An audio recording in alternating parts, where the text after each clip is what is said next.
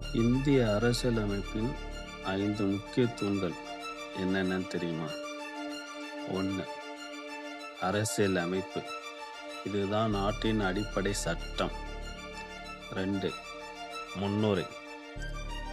இந்தியாவின் நோக்கம், கொள்கைகளை காட்டுகிறது. இந்தியாவோட நோக்கம் என்ன மாதிரி நோக்கம் இருக்கணும் அப்படின்னு.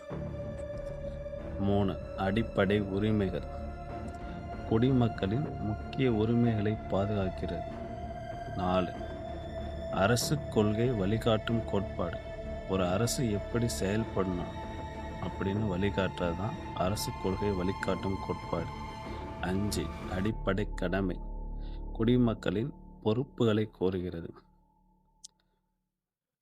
இந்த ஒவ்வொரு டாபிக்லையும் வரத அடுத்தடுத்த வீடியோவில் ஃபுல் எக்ஸ்பிளனேஷனோட பார்ப்போம். தேங்க்யூ.